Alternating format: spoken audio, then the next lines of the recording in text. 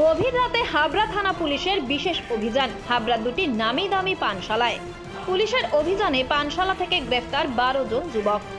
Police সূত্রে জানা যায়, গভীর রাতে পানশালা চালানোর অভিযোগে হাবড়ার দুটি পানশালায় পুলিশ অভিযান চালিয়ে 12 জনকে গ্রেফতার করে। হাবড়া থানার ভারপ্রাপ্ত আধিকারিক অনুপম চক্রবর্তীর নেতৃত্বে এই অভিযান চলে বলেই জানা গিয়েছে।